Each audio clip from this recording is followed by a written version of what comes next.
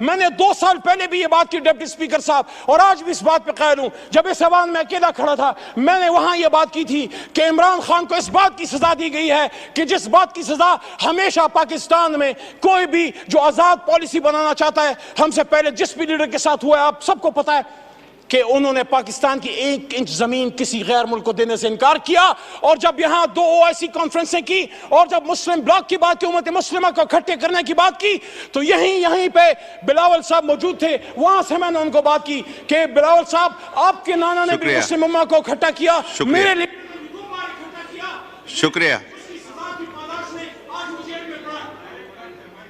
शुक्रिया। 15 मिनट हो गए, 10 मिनट का फैसला था। माइक खोले मोहम्मद अली साहब, वाइंड अप करें। तो उस जुर्म की पादाश में आज इमरान खान साहब जेल में पड़े हुए हैं। ये दाग दाग उजाला, ये शब गजीदा सहर, ये वो सहर तो नहीं जिसका इंतजार था, ये वो सहर तो नहीं। कायद आजम ने इसलिए कुर्बानी दी थी कि आज हमारे फैसले कोई और करेंगे। वो शख्स जो वजीर आजम था, अचानक उस पे कैसे 150-200 केसेस बन गए। He's a political prisoner. He's a prisoner of conscience. And I'm not defending whatever atrocities have been done to you in the past. अगर हम उस पे जाएंगे तो फिर बात हल नहीं होगी। यहाँ इजाजुल हक साहब भी मौजूद हैं, उनसे एहतराम का रिश्ता है, लेकिन जो हुआ माजी में वो ठीक तो नहीं था। अगर हम यहाँ अपने कर्बनाक और दर्दनाक माजी पे शर्मिंदा नहीं होंगे, सच नहीं बोलेंगे, मुल्क नहीं जाएगा आगे। जिसने माजी में गलत किया, हम तो नहीं थे। हम अपने पुरखों की अच्छी बातों को याद करते हैं, गलत बातों को डिफेंड हम ना करें। मेरा दादा पीर मोहम्मद साहब 1927 का मुस्लिम लीगी था उस जमाने में, आज वाला नहीं। पाकिस्तान बनाने की तहरीक में था, उस तहरीक में जेल भी काटी। लेकिन आज मैं समझता हूं कि सच बोलने का वक्त है। जहां मुझे इस पे फख्र है कि तहरीक पाकिस्तान का कारकुन था, जना का साथी था, जेल काटी, पाकिस्तान के लिए तकलीफ उठाई। वहां जब वो फेडरल मिनिस्टर फॉर रेवेन्यू बने, मेरे ख्याल में उनको अयूब खान साहब की कैबिनेट में वजीर नहीं बनना चाहिए था। मोहम्मद अली साहब, 10 मिनट का फैसला हुआ था, 13 मिनट हो गए। ज़ियाउल हक साहब शुरा में भी वो थे। आज वक्त है कि सब सच बोले। मैं समझता हूं कि मेरे दादा पीर मोहम्मद खान साहब को मरहूम ज़ियाउल हक साहब की शुरा में नहीं होना चाहिए था। एज ए डेमोक्रेट एहतराम का रिश्ता आज भी एजाज साहब से है और कल भी रहेगा और इंशाल्लाह मरते दम तक रहेगा। लेकिन सच तो कोई यहां बोले। मैं जिस तरह पशेमानी का इजहार कर रहा हूं कि मेरा दादा ही वो पाकिस्तान बनाने की तरीक का सिपाही था, रेवोल्यूशनरी था, लेकिन एक गलती उनसे हुई। मैं एक्सपेक्ट करता हूं कि मेरा छोटा भाई है बिलावल साहब, चेयरमैन है तहरीक पीपल्स पार्टी का, उनके खानदान ने कीमत चुकाई है, लेकिन उनके दादा भी फॉरेन मिनिस्टर थे, जुल्फिकार अली भुट्टो साहब, अयूब खान साहब के साथ। हम सबको उन सच्चाइयों की तरफ आना पड़ेगा। बाद में उन्होंने कीमत चुकाई, जिसको हम आज अप्रिशिएट करते हैं। मैंने अपने लीडर से ज्यादा आपके लीडरान की बात की है, लेकिन आज मैं ये बात दोबारा रखना चाहता हूं कि इमरान खान साहब ने, क्या आप ये समझते हैं, मैंने 2 साल पहले भी ये बात की डिप्टी स्पीकर साहब, और आज भी इस बात पे कायल हूं। जब इस ऐवान में अकेला खड़ा था, मैंने वहां ये बात की थी कि इमरान खान को इस बात की सजा दी गई है कि जिस बात की सजा हमेशा पाकिस्तान में कोई भी जो आजाद पॉलिसी बनाना चाहता है, हमसे पहले जिस भी लीडर के साथ हुआ है, आप सबको पता है कि उन्होंने पाकिस्तान की 1 इंच जमीन किसी गैर मुल्क को देने से इनकार किया। और जब यहां 2 OIC कॉन्फ्रेंसें की और जब मुस्लिम ब्लॉक की बात की, उम्मत मुस्लिमा को इकट्ठे करने की बात की, तो यहीं पे बिलावल साहब मौजूद थे। वहां से मैंने उनको बात की कि बिलावल साहब, आपके नाना ने भी मुस्लिम उम्मा को इकट्ठा किया, मेरे लिए 2 बार इकट्ठा किया। शुक्रिया, शुक्रिया। 15 मिनट हो गए, 10 मिनट का फैसला था। माइक खोले मोहम्मद अली साहब, वाइंड अप करें। तो उस जुर्म की पादाश में आज इमरान खान साहब जेल में पड़े हुए हैं। ये दाग दाग उजाला, ये शब गजीदा सहर, ये वो सहर तो नहीं जिसका इंतजार था, ये वो सहर तो नहीं। कायद आजम ने इसलिए कुर्बानी दी थी। 1996 में मेरे खानदान ने, जब चिराग निशान था, इमरान खान का बल्ला नहीं था, तब मेरे खानदान ने वोट किया है।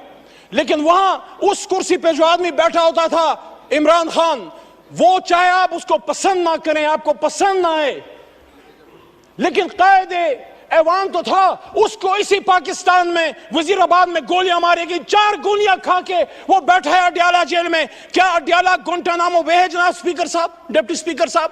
वहां पाकिस्तान का आईन नाफिज अमल नहीं। आज भी हम अपने लीडर से नहीं मिल सकते, कल पाबंदी दोबारा लगी है। मैं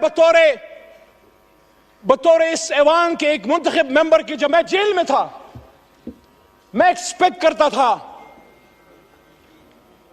कि यह ऐवान इमरान खान के लिए नहीं, अपने एक साबिक कायदे ऐवान के लिए खड़ा होगा।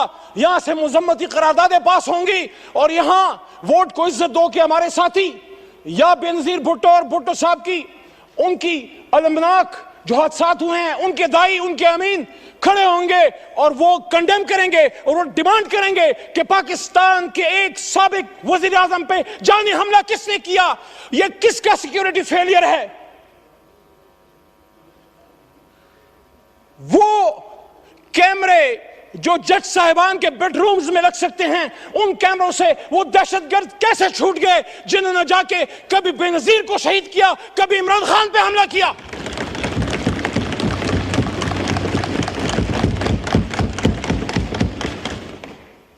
पीछे कायद की तस्वीर लगा के जनाब डिप्टी स्पीकर साहब, पाकिस्तान के मसले हल नहीं होंगे।